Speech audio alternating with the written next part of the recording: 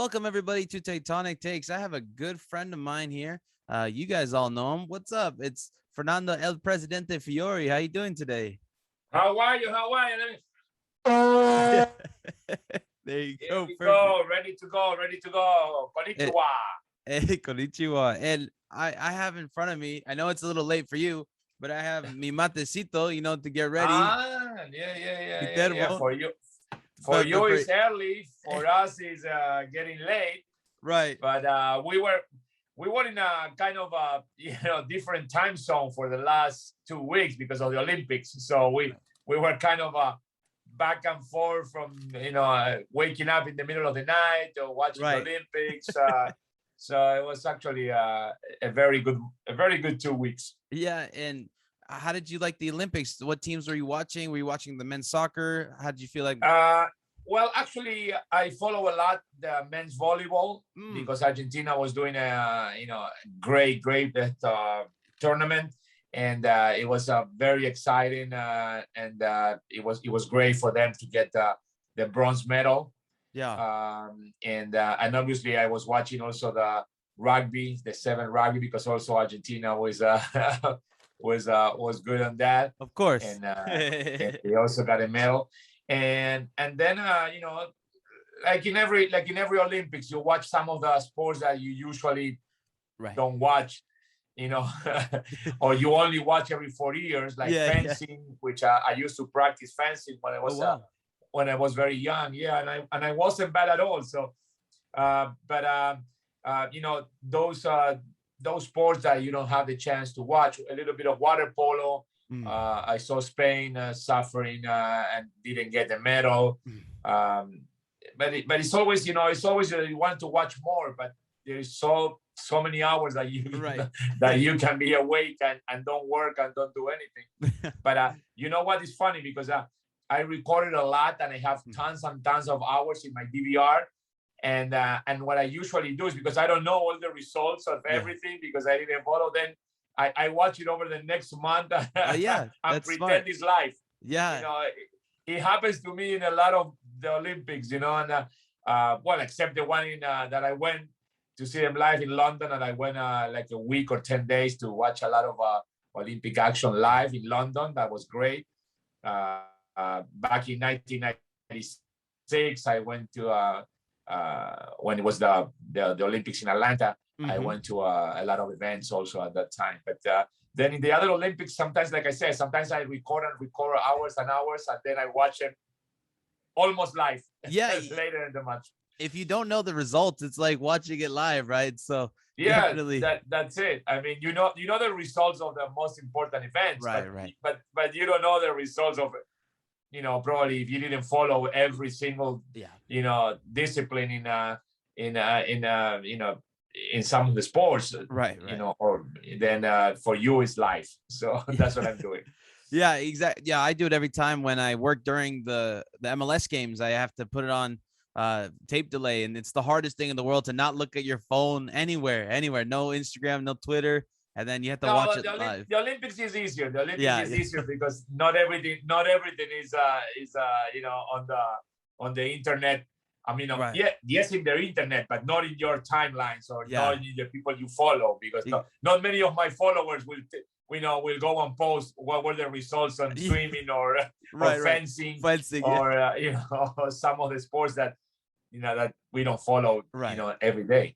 And so I wanted to go ahead and congratulate you, Copa America, right? So you guys finally won a Copa America. Uruguay, ¿qué mal jugó? How bad Uruguay played? No. So, but Argentina. For us, it was absolutely fantastic. I still don't get it fully because it was 28 years waiting for that moment. So qué locura. How that's so crazy. Yeah 1993, man.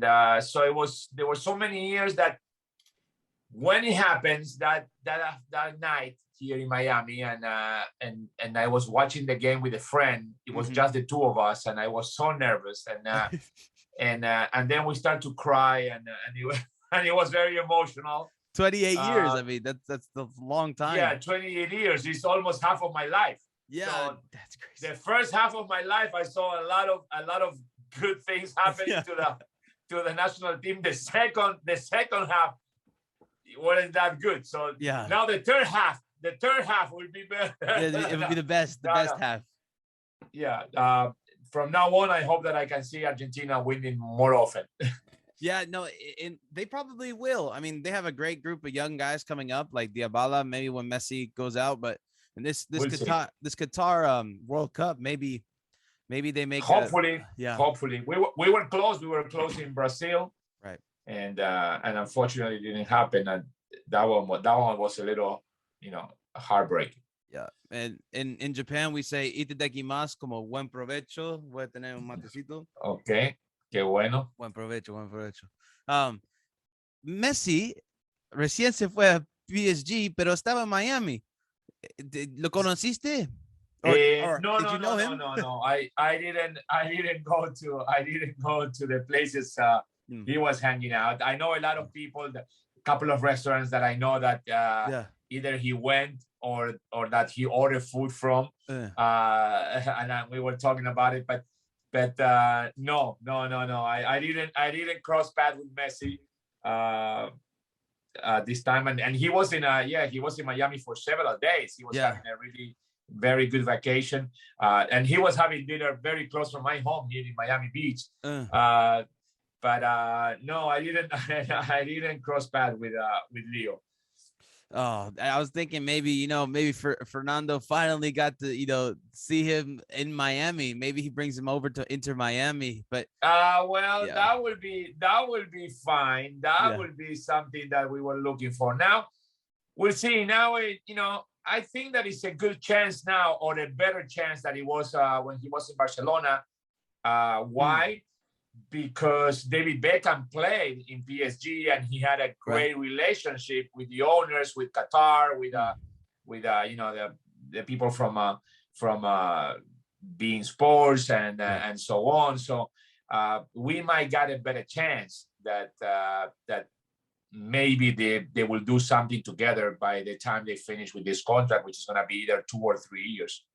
Yeah, and I thought maybe he was in Miami to check it out, see how the league is, or see how the training facilities are, or the area. Well, they were talking about that he was going to go to one of our games, but he didn't. He finally didn't. I think that, if I'm not mistaken, I think that Pogba went to one of the games. Yeah. Pogba did.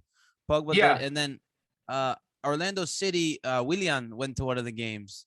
So yeah, there was a lot of. It's always some kind of celebrities that go into our games, from Tom Brady, Mark Anthony, Tyson Fury, Fernando Fiore. I mean, no, there is a lot of people. I was chatting the other day with David Beckham, the game that we won in the very last second of the game, and he looked at me and said, "Hey, Fernando. Wow, the very last second." I say, "Yeah, David, we are really lucky to have connected that wonderful headed and goal in the very last breath of the game." So it was good. It was something else. And for a lot of the listeners, if you don't know, Inter Miami is sitting with 16 points right now outside of playoffs. So kind of like the San Jose Earthquakes, at the same kind of situation. They're streaking now. They're getting hot. So but we spend a lot more money than you guys did. So that's why it's a lot more pressure here. Yeah. But we don't spend money good, though. That's the problem. We do spend a little bit of money, but it's not good spent money.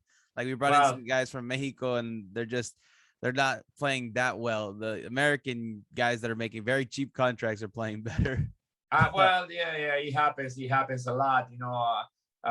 It's difficult. Some people, think that, coming to play for the MLS is going to be a breeze, and then they realize it's not. Even Higuain said that in one interview. He says, I thought that it's going to be playing and smoking, at the same time. And it's not the case. And even though it's a lot of criticism to Higuain that, that he's not playing to full potential, but he accounts for almost I think it's more than half of the goals from the team. So yeah. And he's involved in pretty much every single goal. So Yeah. actually early today, I was in the press conference with Phil Neville and with Pizarro. Yeah. And Matuidi. They were all today. Was a three, the coach and two players. Yeah. At the press conference, and Phil Neville was saying, that we need to create more chances, but more diversify also, because actually it looks like the only one who scores for us is Higuain. And we have to use the set pieces, in a wise, way that we can, that we can have a little more chances and goals, because it's very obvious that we have a lot of corners, a lot of set pieces, and still we don't score a lot from those opportunities. And today Phil Neville was was talking about that he wanted to get more goals from set pieces, because actually we create a lot of chances, but we don't score. Yeah, and Higuain still having a great season relative to a lot of strikers. Yeah, so I don't think the blame really lies on Higuain, because whenever you see like a highlight or something of Inter Miami, it's always Higuain, always Higuain. So yeah. Well, the thing is that is because he was very expensive. He is very expensive in terms of contracts. He was out of the lineup because of he was getting fit. So the people usually are it's easy to pick on those players, because it's fun to call someone that is fat, that is making a lot of money, and it's not in top shape, and that he came from Europe just to collect a check. But that's not the case with Higuain. He might be a little overweight here and there, because he's changing completely his routine, let's say that, after so many years in Europe. But even though, like I said, he's involved in pretty much all of our scoring situations, and we don't score much, but he is on top of that list. And with Matuidi and Pizarro, the other two guys that should be performing at a higher level, they were really low. And actually, I was very impressed. Actually, Matuidi was he was out of the starting lineup for a couple of games, and then he was coming in, and he said it today very, very honestly. He said, "Listen, for the past month,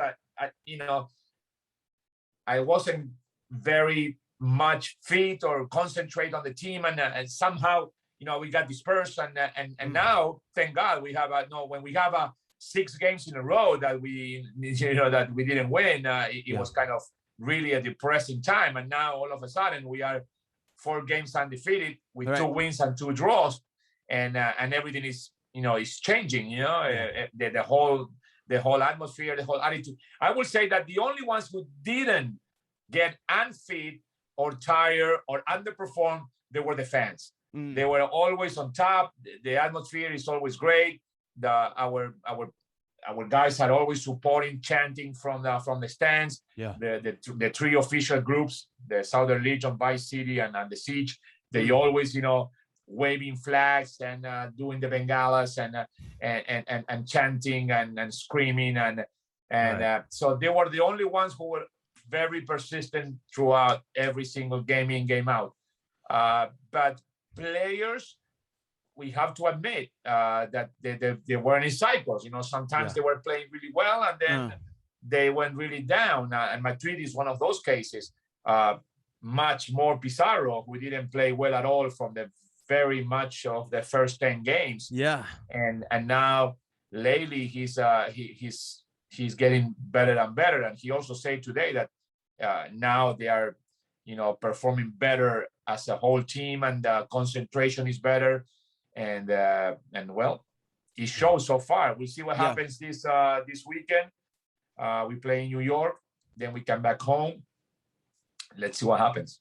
And Inter Miami is actually my favorite second team. So I love hearing what Fiore has to say about it. I know I'm trying to get Vice City or one of those legions, send me out, hey, like, what's up, but I would love to go to a game one day. So I always like hearing about Inter Miami, because again, some sort of draw with the Beckham team, right? Where he had a little bit of discount, and then he brought in Higuain. Just things that we wish on the San Jose side, or at least I do, may have happened, right?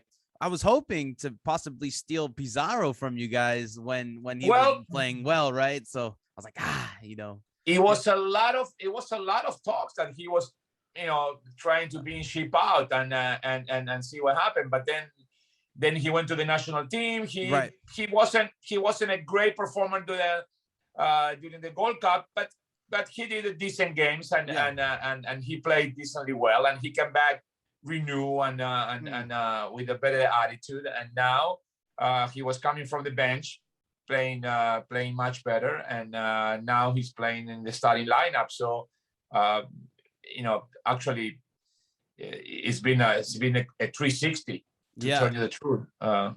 So I was hoping maybe we get him on a cheap, and then he goes with Almeida again, and who sees yeah, what well, I mean. Cheap, I don't know because that was another expensive player. It's a DP, and when you're trying to unload a DP, you have to wait until he plays well, because otherwise you have to give them for less money that it costs you. So you're trying to make him play better and give him more chances, and to tell you the truth, now that is the possibility too. If he starts to play well, it's either you keep him and making sure that he's the DP that we need, or trying to ship him out and trying to bring someone else who will adapt. It's hard because if he was if he hasn't scored since last year. That's another thing, for a number 10 that is a DP that costs a lot of money. He didn't score one single goal this season yet. He was with a lot of injuries also. He got a lot of injuries this year. He was out of the of the team completely, for quite some time. Yeah, and that's like a complete opposite world from our player that was sometimes a little unfit, or had problems back in Mexico. Chofis Lopez, I mean, he's going crazy here in San Jose, and it's something that we've never seen from Chofis in Chivas, right? I think he's already scored a third of the amount of goals he scored for Guadalajara. And he missed a couple of easy ones too. And it's great to see that he's already on that trajectory of being a great signing for us. Yeah. Well, that's another player that received a lot of criticism, and especially in Mexico, he was undervalued. He was overvalued at one point, and then he went undervalued at another point, and you never know which Chofis is going to show up. That's basically the case, But like you said, right now he's in a great streak, and and for us, Pizarro is also in the upswing, so hopefully it will do good. I was also having the chance to be at the final of the Gold Cup in Las Vegas, which was a great tournament, and that was a very entertaining game, although they missed so many goals during the 120 minutes that you didn't know if they were trying to miss goals on purpose to see who's going to miss more goals. But finally, in the very end, U.S. pulled it off again, and it's very interesting and strange that the U.S. will beat Mexico in two major tournaments in the span of only a month and a half.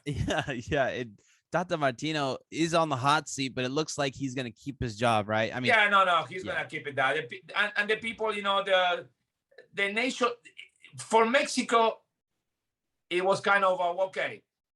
The tournament that it wasn't that important, the Nations League, okay, we lost, but it's a tournament that, it's not of great importance. So even though we lost to the U.S., they have the excuse to say, listen, that tournament means absolutely nothing. Right. And then the Gold Cup, which also at this point, it only, means the pride and the good statistics, but also they don't give you anything else because it used to be the Confederations Cup. And although for me, it got nothing to do with that. You have to beat your arch rival and you have to win the tournament that is from the Confederation. Definitely. But now Mexico will have the excuse and say, oh, well, yeah, US got the C team, but we got to split the team because actually we were looking to have a medal in the Olympics. Right. And Ochoa was there, and then they have the problem with Chucky Lozano in the very first game. I think it was injured. So I don't think it will cost Tata Martino the job. Yeah. But obviously now we are 2 weeks away from starting what it really counts for pretty much every team around the world, which are the qualies to go to the World Cup, And thinking back now, I mean, they could have used the guy like Chicharito, but Tata Martino doesn't want to go ahead and give him a call. And when he's scoring goals, I mean, when Pizarro isn't scoring a goal since last year, or even like a Chofis Lopez, I know it sounds crazy, but when Linus is not there, maybe a Chofis Lopez could have added some sort of. Jimenez is out. Yeah, and I mean, Chofis Lopez scored his first goal outside of 15 minutes, this last goal, but all the other goals were in the first 15 minutes. So he has that 20 minutes of brilliance in him. So maybe you could have put him on as a sub in the late games and could have got something out of him. But yeah. Yeah, but you know how it is also with coaches, especially with coaches with a long tradition like Tata Martino. They, sometimes, they have little problems with this player or that player. Yeah. Martino is not doing very well in finals neither because he lost with Paraguay in Copa America. He lost with Argentina. Now he lost twice with Mexico. But then it's something that I don't agree 100%. But a lot of people think that, well, the only thing that is important is to qualify to the World Cup. Yeah, of course, it's because it's more money, because it's more prestige and so on. But you also have to pay attention to the other tournaments that are in between those 4 years, because otherwise, if you just play to be in the World Cup, it means that you just want to get the pride and the money. Right. Because, it's very difficult to win a World Cup. So you can't expect that Mexico or the US will win anytime soon the World Cup. And then if you just say, oh, I don't care about the Gold Cup, I don't care about then you're never going to collect trophies, you're never going to collect silverware. When you lose, you don't care and you just want to be going to the World Cup. When you win, it's a fantastic feeling. Yeah, and it means a lot to the guys that were playing on those Gold Cup rosters because possibly they're not going to be going to a World Cup. So this was for at least the USA side. That's another thing. Yeah, this USA side. No. The only difference with the Gold Cup is that because it's playing every 2 years, for a lot of players, you got a lot of chances to play. I mean, if you're playing good and you got a good 2, 3, 4 years in your career, you got the chance to play 2, 3 or more Gold Cups. The World Cup is completely different situation, it's every 4. So now, to reach the World Cup is difficult. Then to be in the squad is really difficult. And then to be in the starting 11 or playing some games, at least some minutes, is extremely difficult. No, definitely. With the Gold Cup, you play every 2 years pretty much. And if you are in a decent performance with your team, you should be there. And like a Quakes legend, Chris Wondolowski was a Gold Cup king, right? So he had a great span of those 4 to 5 years, and I think he went to 2 Gold Cups, and he scored a bunch of goals against those Caribbean teams. But and just thinking about the players that play in these Gold Cups, that means the world to them because they possibly can make that roster spot. So they should take it a little more serious. And us being from South America and understanding the Copa America, how much that means, right? It's odd to see people not caring too much about their national or their country's basically tournament. There is one example that because a couple of years ago, I think it was the previous Copa America, I didn't like much of the attitude, and I don't know him personally, and I'm not judging him, but the case was in Keylor Navas, and he always find an excuse to don't play the Gold Cup. 1 year is because he's on vacation, another year is because he was in a transfer moment, and but you know, like you said, coming from South America, usually our players, and you know, like Uruguay, Argentina, they die to be in the national team. You know, they really want to play there, and they know that it is more than the value of the money and the possible transfer to Europe and so on. But besides that, is the pride to you know, to wear your jersey. And I don't pick in Keylor Navas, but it's just the case that I remember that I think it was a couple of years ago when he was being transferred from Real Madrid to PSG. I said, "Oh, I don't attend because I'm concentrated on the trade," and then he was you know, posting pictures the next day on vacation. Yeah, and you know, while your team Costa Rica was playing the Gold Cup, and I don't know. I don't know. It just sounds odd to me because I was, you know, I grew up in my first 20 years in Argentina, and I know the value of playing in the national team for them, obviously. And sometimes when you say, oh, not only Keylor Navas, could be many other players, but it's just an example that I have in my mind right now. But I says, I don't want to play the Gold Cup, and then 2 days later, he was posting, you know, pictures of great vacation in Ibiza or whatever he was at that time. And I said, you know, how that the other players from the team feels, you know, when probably your most, you know, big player or captain, big player of the country, and considered one of the best goalkeepers, you know, in the world, in the history, probably for not only for Costa Rica but for Central America, you know, for CONCACAF, and even in the club level, we know we're Real Madrid with PSG being a, you know, winner of multiple trophies. He turns down the national team. You know, it's kind of sad. I think for the fans. I don't know. Some people, you know, and I read, you know, because when I put it, I remember when I put it in social media, some people said, well, this Gold Cup means nothing. It doesn't give you a pass to the Confederations Cup anymore. And who cares? This is devaluated. I don't agree. I'm sorry. I don't agree. It's just that if the perception is that, and I know that there are a lot of problems in CONCACAF, but it's also part of the people that don't give them the value. And if you just put it down, nobody will, you know, nobody will give them the level or the status that you wanted to have from the, you know, the most important trophy or tournament in your confederation.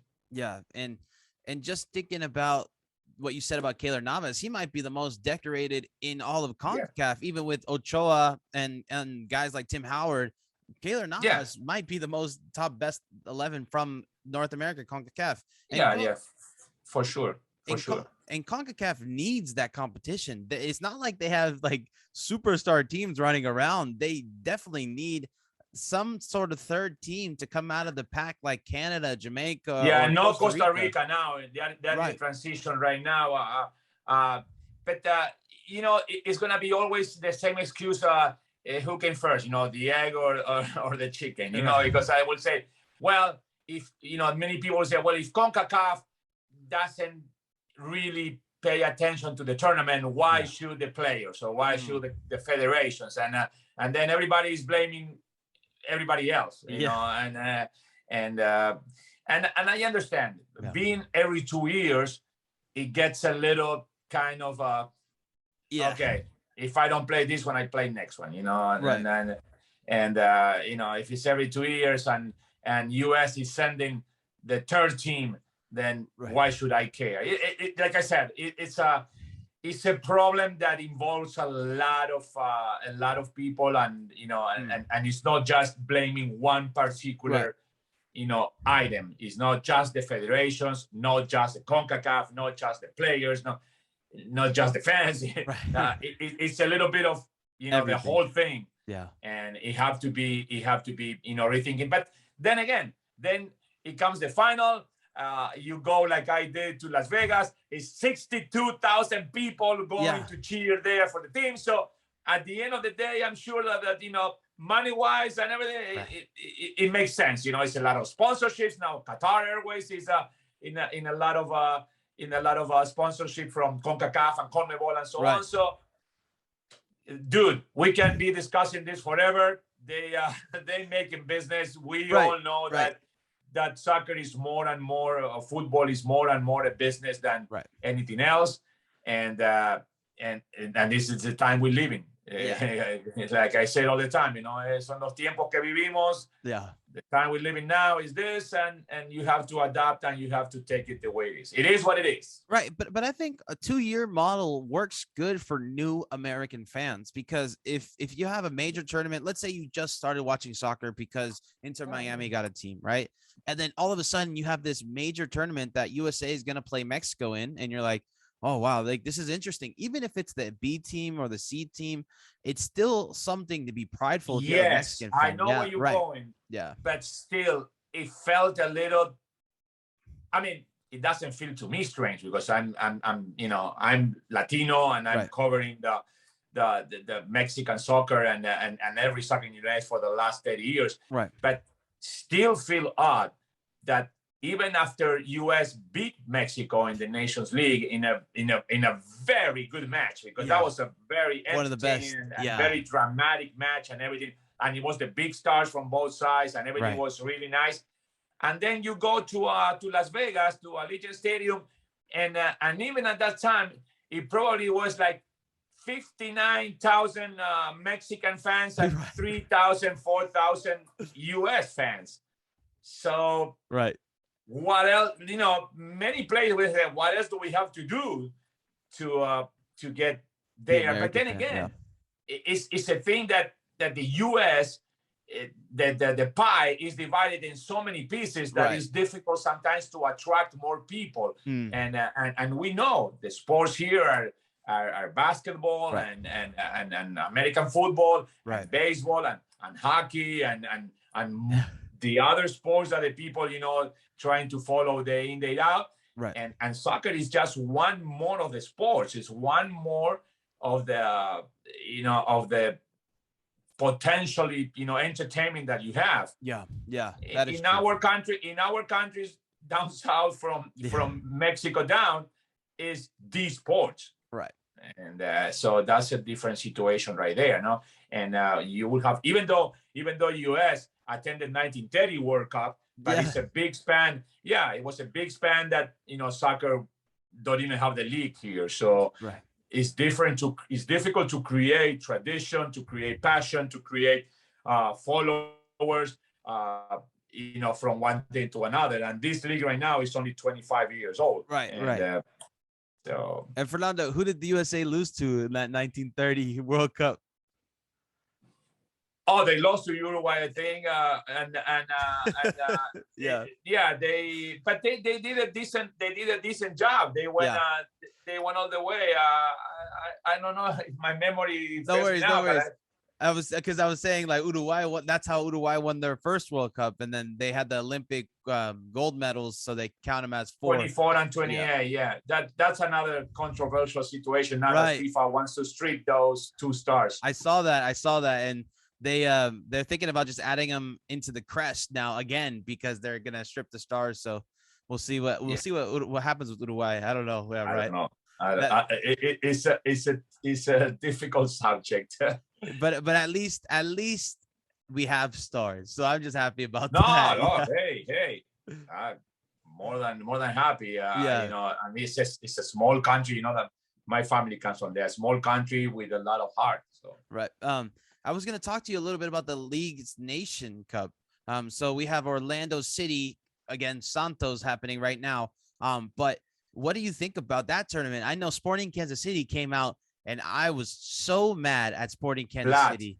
I couldn't believe the squad that Peter Vermees put out, and on the national stage like that, it's a slap in the face to all of us as fans of the MLS, I thought.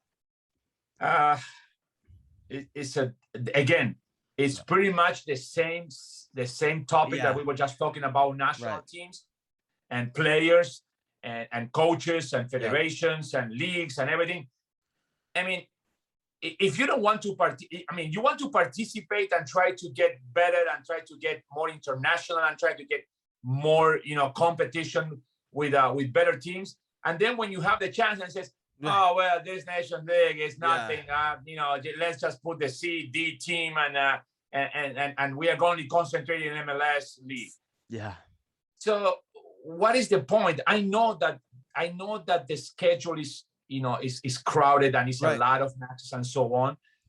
But sometimes it feels really strange, like you said. You feel as a fan, but sometimes who cares about the fans?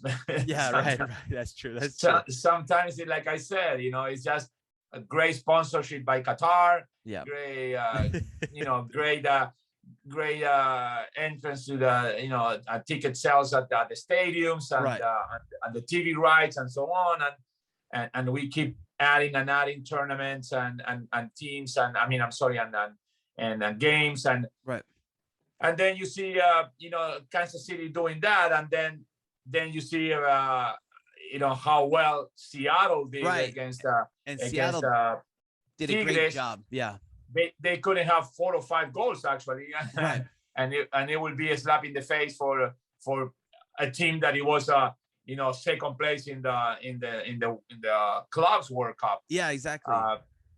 So you never know. And yesterday again, NYCFC lost a great opportunity. They went up in the penalty shootout at the end, and then they finish up being eliminated by Pumas. Right. So you want to go to the next step and say, hey, we as an MLS teams, we are beating the Mexican teams, and then some of the teams take it seriously. Some of other teams, like you said, it was taking less serious than a practice on a mid-afternoon on preseason. Yeah, it irks me a bit because we have a coach here in Matias Almeida that would probably love to show his team off to the Mexican teams and show off the league and try to improve the league more. But when you get a guy like a coach like Peter Mauriz, and it's just like, this isn't important. What's important is winning the MLS Cup, which I understand. But he started, I believe, like 7 developed homegrowns in that match, and it was something like, okay, you could have thrown out Johnny Russell or something, or he had Saloy out there, but you could have had a little bit more. Like Seattle fielded a very competitive squad, even though they were in the middle of the thick of things as well. But you see, that's also a reflection on the ownership of the teams and to see what they value. I don't know the ownership, organization as well, from Kansas City. So I don't know exactly if they accept that from Peter Vermees or they just, didn't give an opinion. I don't know. Yeah, I really don't know what happened there. But then again, do you care about winning some silverware that even though it doesn't qualify you to something else, but it gives you a lot of pride and it gives you the chance of putting a trophy in your club headquarters, or you just want to just play on the MLS regular season and try to qualify for the playoffs. But then again, there are so many teams that qualify for the playoffs. So it's not like you have to finish first or second. Right.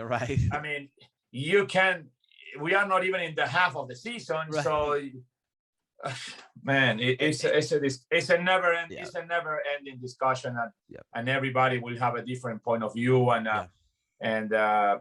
like I said, most of the fans like you and me, and if I would be a Kansas City fan, I would be disappointed. Yeah, especially if you bought tickets to the game, right? And you brought your kids, and that's just but well, I guess that's something we can always talk about. But Fernando, we're wrapping it up now, and we're looking like it's around the time, and I want to thank you so much for coming back on. I always love chatting with you to see how my second favorite team is doing and how my favorite Presidente is doing, so thank you so much for coming on.